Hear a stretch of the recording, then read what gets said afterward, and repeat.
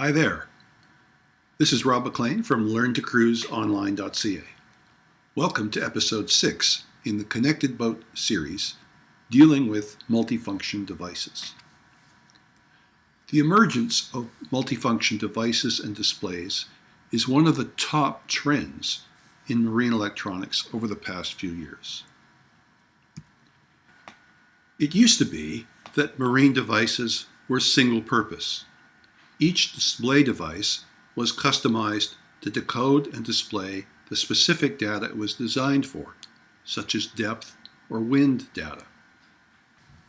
However, now that there is a common language for sensor data and a common network to communicate that data, it's opened the door for devices to do a lot more.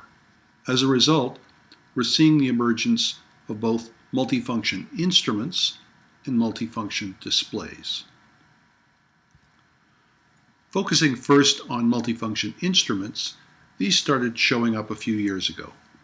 One of the first was Garmin's GMI 10 that we installed on Carpe. It has the ability to display a wide variety of data depending on what's available on the NMEA 0183 or N2K network. All of the other major vendors now offer their own version of a multifunction instrument. There are different combinations of features, so you'll need to ensure that the one you acquire can support all the sensors that you want to hook up. The main downside of these instruments is the price.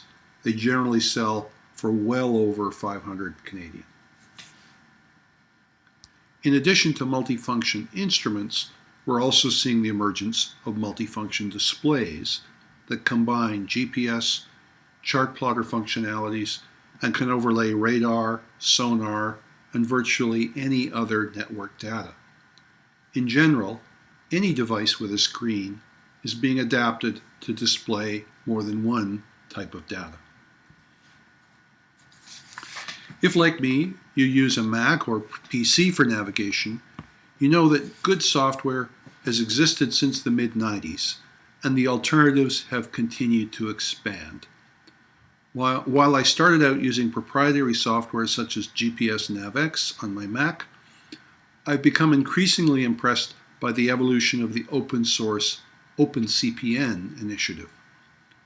Virtually all of the commercial and open source PC chart plotting software alternatives are enabling increasingly functional overlays of instrument data sourced from the boat's network.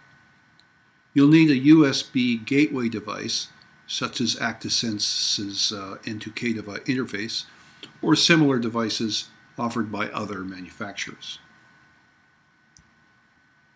Recognizing the ubiquity of tablets and smartphones, digital chart distributors started offering apps that bundled chart plotting capability with digital charts at a cost that was far less than acquiring traditional paper or electronic charts.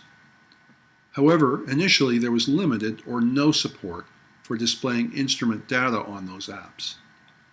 The good news is that this is starting to change. We'll have more to say about this in episode 9. With respect to the role of tablets, such as iPads on board, it's clear that they are here to stay. All of the marine manufacturers are providing the ability to repeat data from their high-end displays to mobile devices.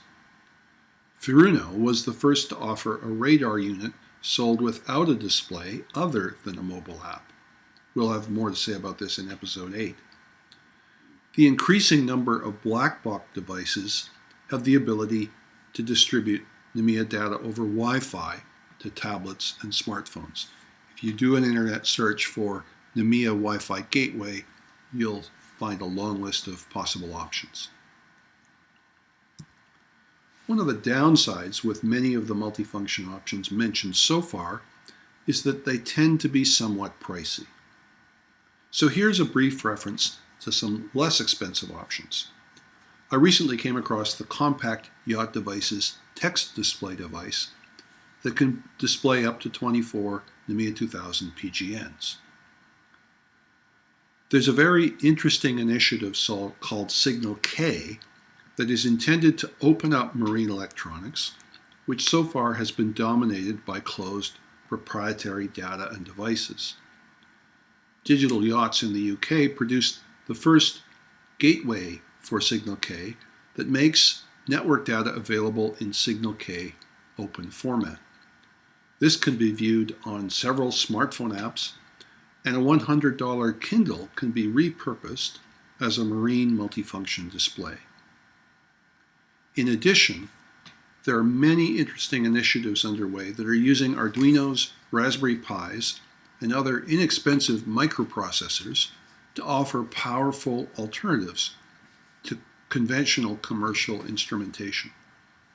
What you see here in the bottom right picture is a K-Box, an Arduino-based device that has the potential to be an autopilot, multifunction display, remote boat monitor, and much more. This is an open source initiative that I'm personally helping out with.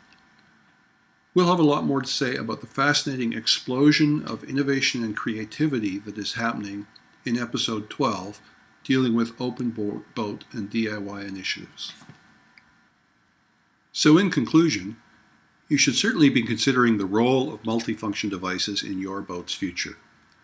If this is a direction you're interested in, you'll find that there's lots of alternatives. To select the best one for your needs, you should start by defining the sensors you want to support in both the short and longer terms.